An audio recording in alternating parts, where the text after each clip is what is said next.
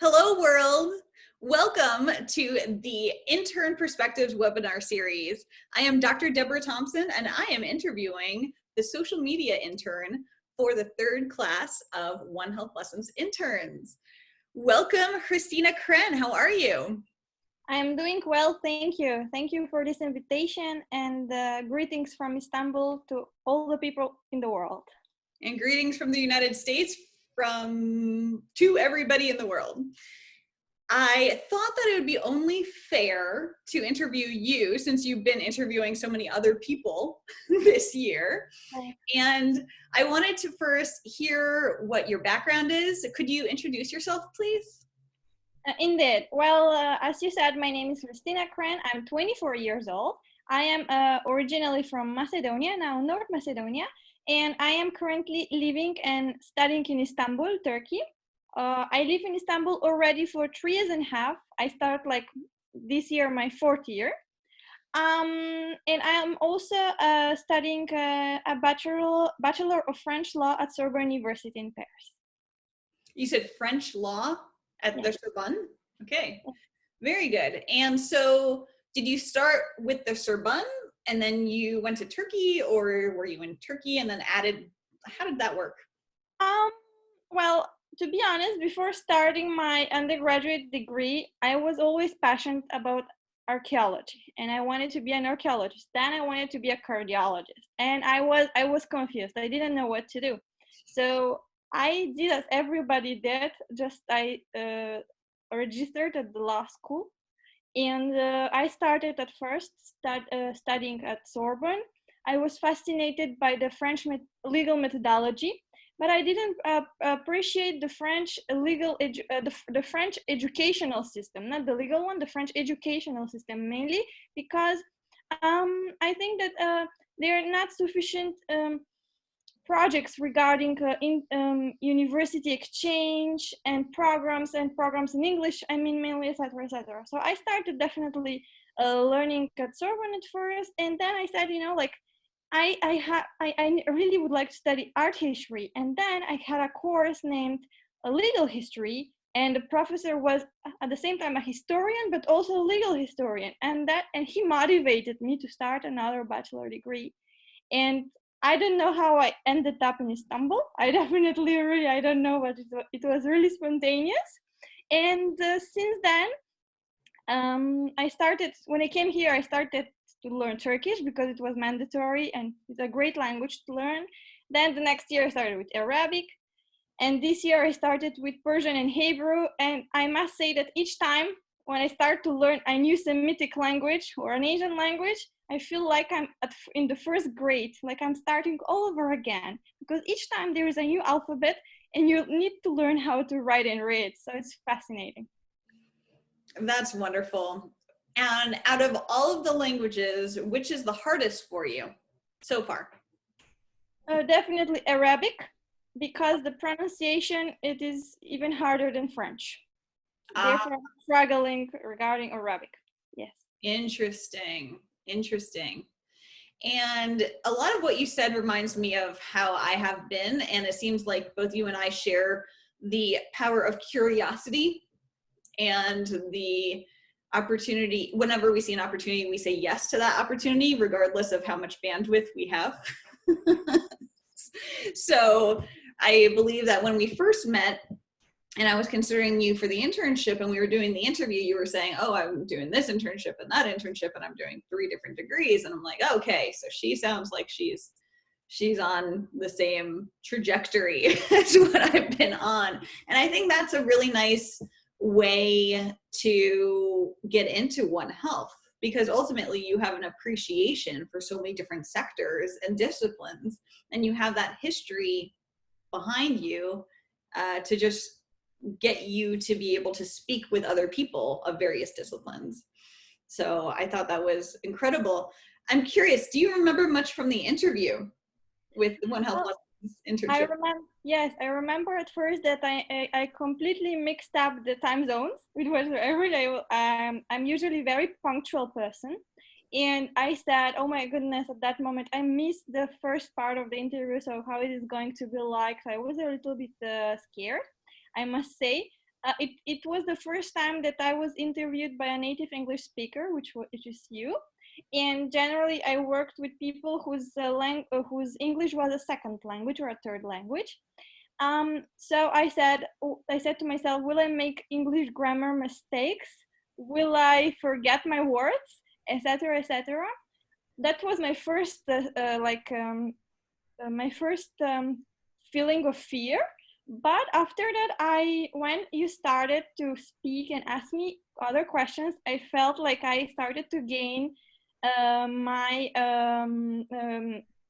I started to gain all over again my the motivation, and you were very encouraging.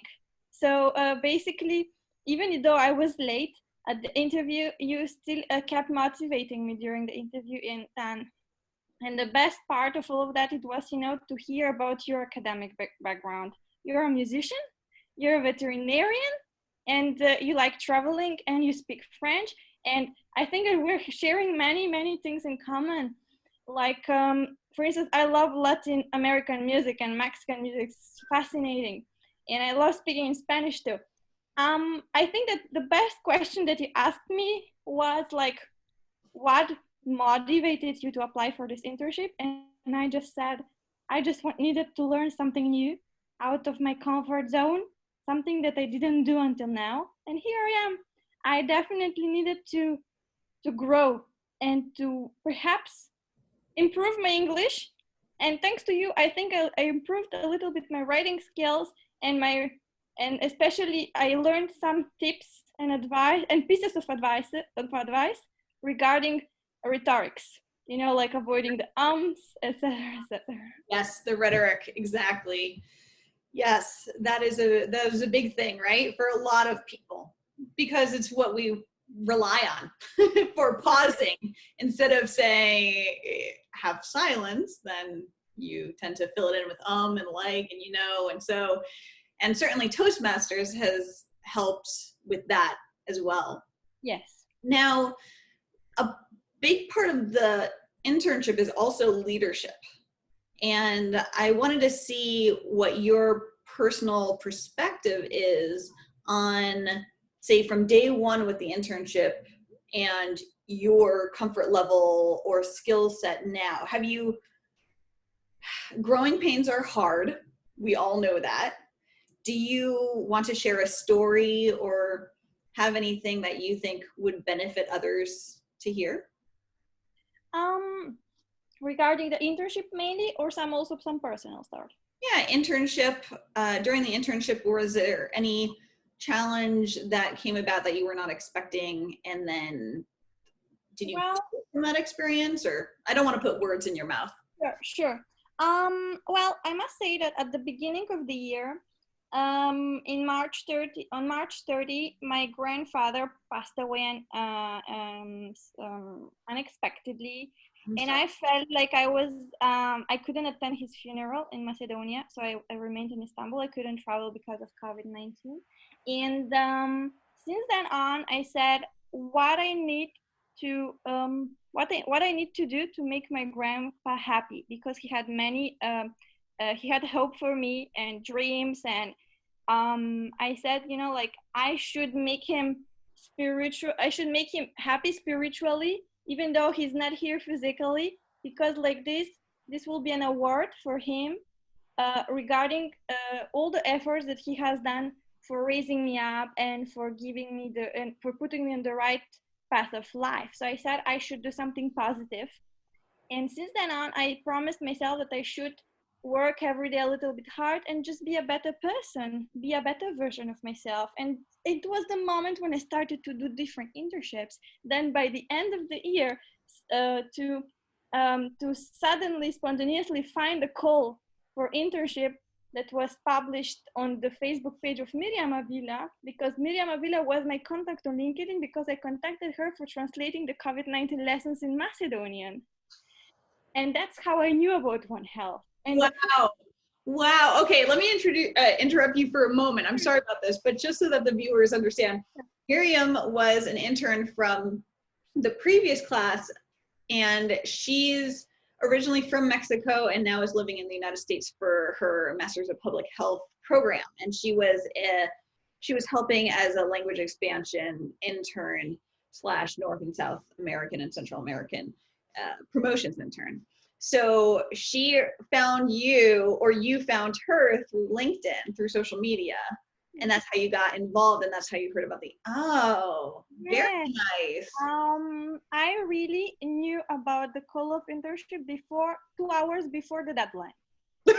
I just called my the people that I know that respond fast. I asked them for recommendation letters, if possible, to be ready like in 1 hour. So everyone like got engaged and basically helped me out with all of this. And I could do it. I was typing my motivation letter and I was checking up my CV. So I said I will be ready. So I think I applied before the 30 minutes before the deadline. Yeah. Yes.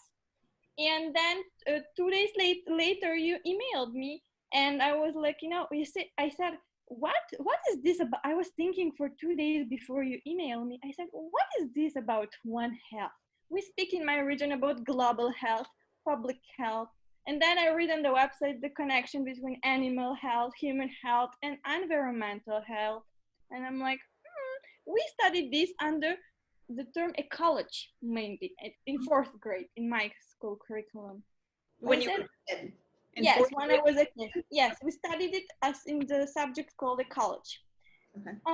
The importance of basically animal and environmental health. The human health wasn't mentioned. We studied that in biology. So I was saying like why human health is connected with animal and environmental health. It was odd at first because I had never heard before. And then I started to do the internship and started to learn much more. And then when I started to translate the lessons in Macedonian, I was like, yes, now I understand the origin of COVID-19. And plenty of people in my region who are sharing some conspiracy theories that the coronavirus was created in a laboratory somewhere in the world, that it does not that it's not transmitted from animals to humans, that was a fake theory or something. I was like, people definitely should be always curious to learn, and definitely your lessons are credible. And I'm still reading them sometimes in Macedonian, and I said how I would feel if I was 10 years old again and someone was teaching me these lessons. It would be a totally different experience. Yeah. Certainly the reason why I made these lessons is because I wish I had them when I was a child. It's what the world needs. So absolutely, it just happened. So great. And so you mentioned global health, public health, and in a recent intern meeting that we have with the whole worldwide team, there was somebody who came and spoke about global health and global health security, and you had some really good questions for her. And what I tried to bring to the table for the interns, I try my best to get them to feel stronger as leaders, be better communicators, be able to really understand how to send the message of One Health, but then also give them new perspectives and action items, things to actually work with and do and help them progress in their life and bring them to the next level. And I hope that that is the case with you. I hope that you've had a fantastic time. I've been very happy to have you on the team, and I'm grateful for it. Thank you so much for this opportunity to interview you. And if you want to interview me in return, you are welcome to do so. Absolutely. Thank you so much for this incredible opportunity. And I think that I grew up for 10 years in this period of a few weeks, because maybe what I was learning at the age of 15, I understand it better now, because we just at that age were just trying to memorize some concepts, some theories, but we forget them after that. But now I definitely think that what I learned at the age of 15, I understood it now thanks to you. Thank you for that. My pleasure. Thank you. Hello everyone, we are back now, and now it's my turn to interview Dr. Deborah Thomson from the United States of America. Hello, Dr. Thompson. How are you doing today? I'm doing well, Christina. Thank you for asking me whatever questions are coming my way. I'm a little bit nervous. Let's do Absolutely. it. First, let's talk a little bit about your academic background, but before you start your bachelor degrees, how, you're having a passion for music, and at the same time you are passionate also about biology, veterinary, about animal health and environmental health. So what motivated you also to pursue two bachelor's degree at the same time and in two different countries, Canada and the United States? And I will answer everything honestly. Okay, I'm not going to beat around the bush for any of these questions. My two different bachelor's degrees happened both in Montreal in Canada at McGill University. So I started music when I was 3 years old. And if your last name is Thompson, it means you're going to be a musician. That's just how it worked in my family. And then I added flute as my second instrument when I was 6 years old. And then around when I was 9, 10, that's when I thought, okay, 2 instruments is too much. I'll just give up piano. But through various steps in my childhood, I realized that keeping music going was a way for me to see the world. So throughout my childhood, I was playing a lot. In secondary school, I was doing an hour and a half before school, and then an hour and a half after school, and then I was doing track and of course homework and such. So I was doing at least 3 hours each day, plus if I had rehearsals for ensembles. Long story short, I did a lot of auditions. I was in a lot of ensembles, and some of them were able to tour in various areas of the world. So that's one of the earlier experiences I had of travel. It was through music. And my dad has a bachelor's of music. Both of my brothers have a bachelor's of music. So again, if your last name is Thompson, you're going to be a musician. You're going to be a musician. And when I got to when I got to my undergraduate school, McGill University, I knew I did not want to go into music because I was starting to get burnt out already. Because at that point, I was playing a solid 6 hours a day. But I also appreciated that I love biology and I loved ecology. And I ended up going to McGill with a music, starting off in the music school. And then my grades were good enough at the end of my first year to add on a second bachelor's degree in science. So I did 2 totally different, kind of like you, totally different, absolutely no overlap of 2 bachelor's degrees in a course of 5 years. I finished music in 4 years and then science in that 5th year. So I was taking 25 credits, 26 credits instead of the typical 12 to 13 credits. And that's the way I lived for a solid 5 years in Montreal. I think that answers your question. Yes, excellent. Thank you very much. It is very inspirational to hear that, even though you were still willing to continue the musical tradition of your family, you still were there to fight for the realization of your own dreams. And which was, I suppose, to be a renowned veterinary specialist and also a public health specialist. So my next question is, actually, I would like to ask you, when exactly did you start your veterinary career? At what age? And have you been just a veterinary for cats and dogs, or you were also working, I don't want to say with a bunch of animals, but you were perhaps giving interventions for different types of animals?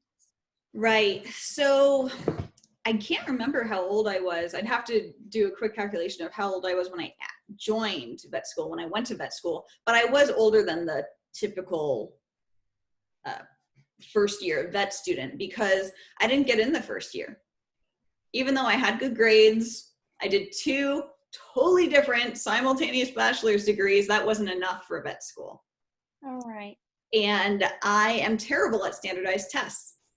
I hate standardized tests. Me And too. yeah, and my brain does not work like that. And I realized that when I was quite young. But that doesn't mean that I don't have grit, right? I still have, well, you know my work ethic. For better or for worse, you know my work ethic. Of course. So, you know, my brain works in a different way. And I did not get into vet school. I asked them, how can I improve my application? And they said, it's the GREs, it's the graduate record exam. I was like, are you kidding me? Are you kidding me? That's the only thing. Like, I had all the experience, didn't matter. It was the GRE scores. So at that point, I was looking for work, and I was living up in Canada, up in Quebec, and I moved to Quebec City, and that's where I was teaching in the year that I was waiting to go to vet school. So in retrospect, even though I cried a lot when I did not get into any veterinary school that first round, that first year, ultimately that year played a massive role in who I am today. So it's funny how that works. To finish up to answer your question, I have been trained as a veterinarian in every species minus this one. And I purposefully went to a school that did not track. And what that means is some veterinary schools have students learn everything by the book, but have minimal exposure in clinical medicine with the animal itself. But I wanted to work with horses, cows, goats, sheep. I was president of the goat club at my vet school, dogs and cats. I had snake patients, you know, I had everything. And that was instrumental in not only my happiness, because again, that's just how my brain works. I like to be curious. I like to explore and learn new things. And 2 weeks before graduating from vet school, I got kicked by a cow. Oh no. And that cow's foot was this close to my head. Oh no. And so I had to reevaluate what I wanted to do with my life. Because I wanted to go into mixed animal, and I loved the medicine. I loved working with these different species, but it was like, oof, what do I want to do? What do I want to risk for my career, right? Absolutely. So at that point, I did an internship, a small animal internship. And then from there, so I was working in a hospital with about 20 other veterinarians. And then from there, I moved to San Francisco in California and worked with cats and dogs because that's what's in the city, right? And then I've always been happy teaching. And so I took every possible opportunity teaching that I could. So I traveled abroad and taught students who want to become veterinary students, who were in high school or undergrad, but then also veterinary students. I taught all of that block. I taught these students how to do physical exams on horses and cows and sheep and goats and, you know, elephants as well. So I have continued the teaching tradition even before that's like clinical teaching. So I enjoy teaching. I don't know if you've noticed. Absolutely. You're so courageous because you are a multitasking person and you can do various things at the same time. You know, sometimes some people would like to become professors, but at the end they realize that they are just really good for research, but not for teaching. And some people enjoy doing both. However, you told me before that you heard about the notion of One Health during your studies, and I'm curious a little bit. What is the background of your project that is named actually One Health Lessons? I understood now that it's related to your passion for teaching, actually, and at the same time, Did you first think that it could be a project for only for your region, for your city, or even for your country? And then suddenly, you went internationally and you start, to engage volunteers and interns like us to help you out in this project. And what motivated you to create especially One Health lessons? What is the philosophy behind it? It needed to be done, so I did it. That's the long and short of it. When I first learned about One Health as a topic in veterinary school, I was already in my mid-20s. I was older than you. I know that for sure. But at the same time in veterinary school, so in the United States, after 4 years of undergrad, typical 4 years of undergrad, then you do 4 years of vet school. And then if you want to specialize, you do an internship and then residency. So it's the same track as medical school students.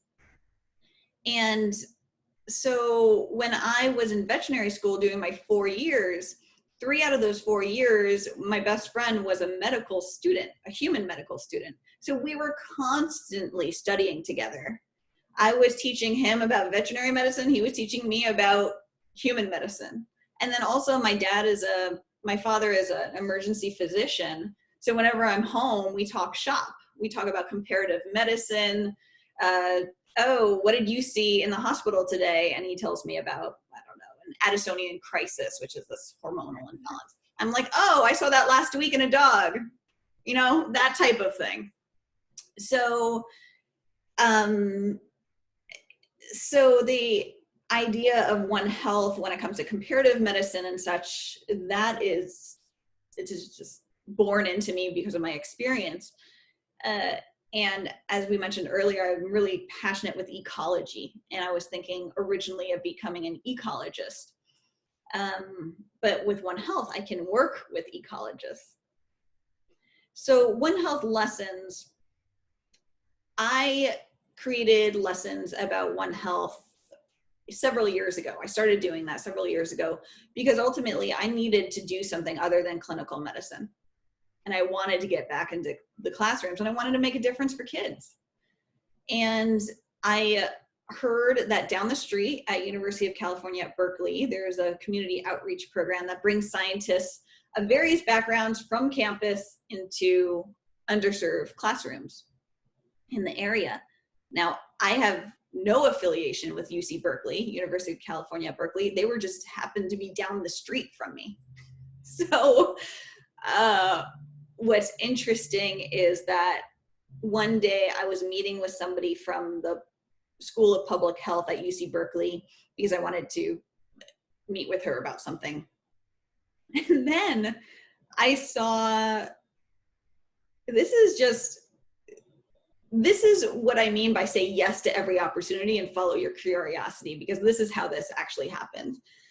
So after finishing up with her meeting, I was just wandering around the campus for a little bit. And then I saw a flyer that said, there's a meeting that happened the night before that I thought would be really interesting, because I saw how I could have some lessons about One Health be implemented in this. And so I go to the office where I thought they would have been the organizer, and they said, no, you have to go to across campus. So I march across campus and I see a lot of people in really dressed up suits. And I saw that it had something about education. I was like, okay, I wonder what this is. So I'm dressed up because I was meeting with a professor. So I looked the part and I go up to the organizer and I just say, hi, I would love to be a fly on the wall. What is this meeting about? And he explained to me that it was a very competitive process for participants to be there. And the participants were learning how to become professors at various universities around the country. And so I'm like, okay, well, I'll just sit back in the very far back, be a fly on the wall, just listen, ask no questions, just be present. And lo and behold, another person who did the exact same thing sat right next to me. And we started talking there in the breaks, and he told me that he was doing this community outreach program with UC Berkeley, which I had already heard about through the grapevine. So I said, oh, that's incredible. And he was an environmental health scientist. I said, that's incredible. Who was your contact? Who do you recommend me speaking with? Because I have these lessons about One Health. Oh, what is One Health? Well, let me tell you.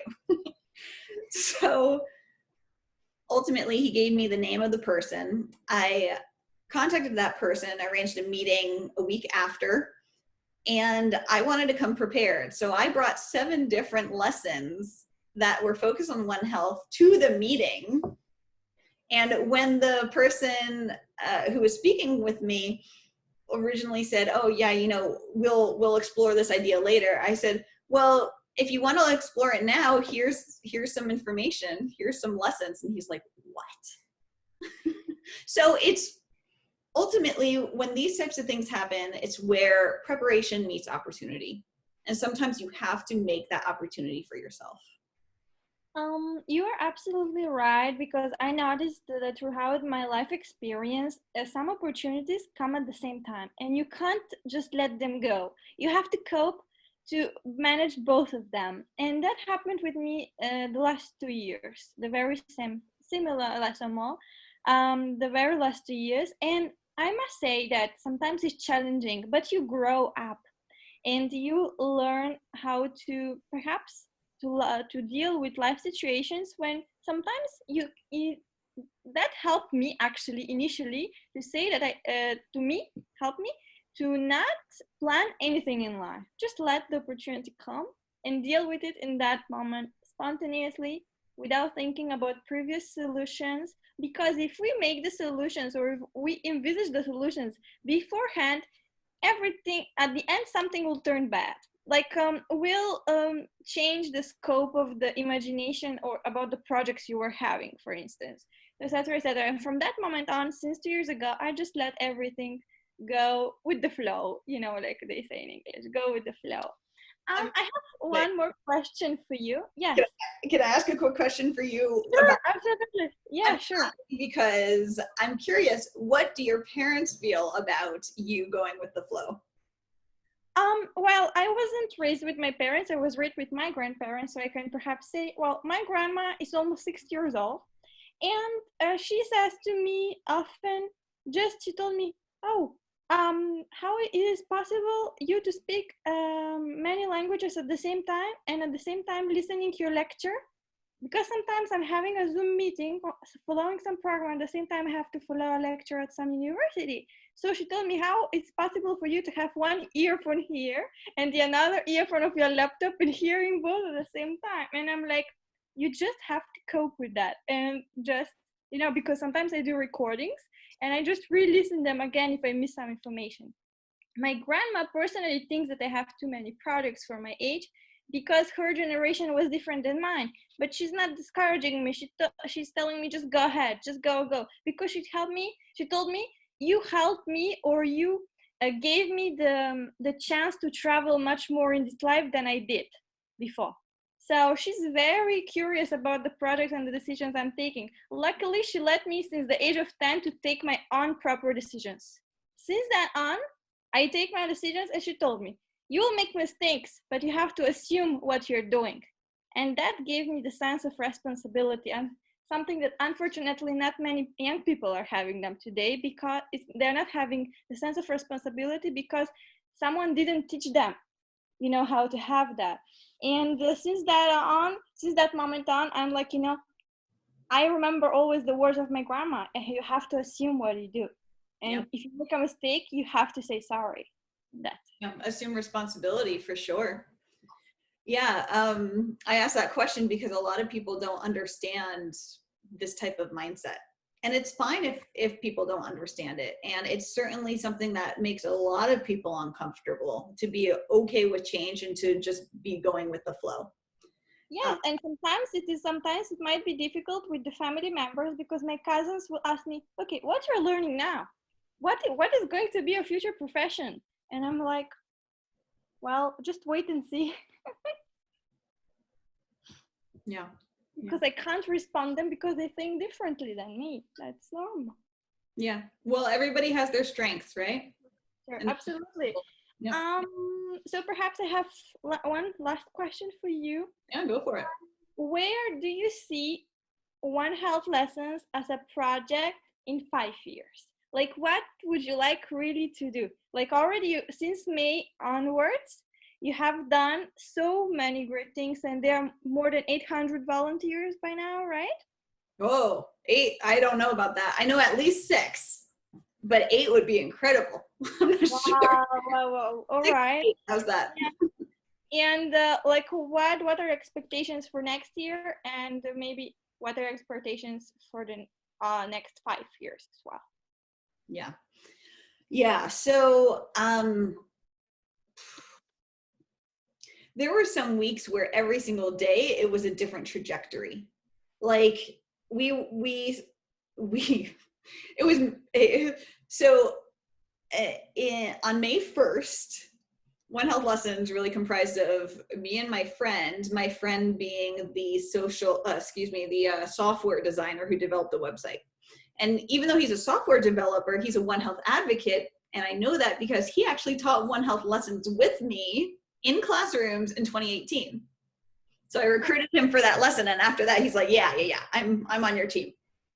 So he developed a lesson. He customized it. He built it from scratch. And so that was the we in the One Health Lessons.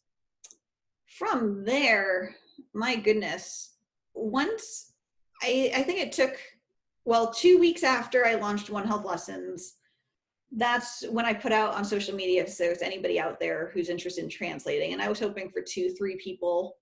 And instead, this is blown up because right now we have over 75 languages in process of being translated. These lessons being translated into over 75 languages. And that happened 7 months ago. Like the launch happened 7 months ago, and we're already at over 75 languages. Ultimately, my dream is to have every child on the planet to appreciate what One Health is and to have a One Health mindset. And with that, you change society. So in 5 years, honestly, I don't know if I should say in 6 months or in 1 year or in 5 years or in 10 years, because the trajectory of this growth has been so exponential. I don't know like where it will end up, right? Yeah, exactly. So I don't know what that timeline is, but I can tell you what the goal is. And the goal is really to have One Health education at the primary and secondary level, and to have scientists, technologists, engineers, mathematics, artists, anybody from any background appreciate what One Health is and have when I say One Health mindset, I mean have them think of their next actions with the thought of what the consequences are 5 steps down the line. How is that going to affect our health? How is that going to affect my child's health, my grandchild's health, my great-grandchild's health? It's time for people to look outside of their bubble, to talk amongst each other, because certainly one person cannot do this. I'm so grateful for the hundreds of people who have contributed to this global movement. And I am just not going to stop until it's done, until everybody knows and appreciates what One Health is. Absolutely, you are right. And sometimes they say, if it wasn't for you, I will perhaps never hear about the notion of One Health. Really. And thank you for creating these incredible lessons.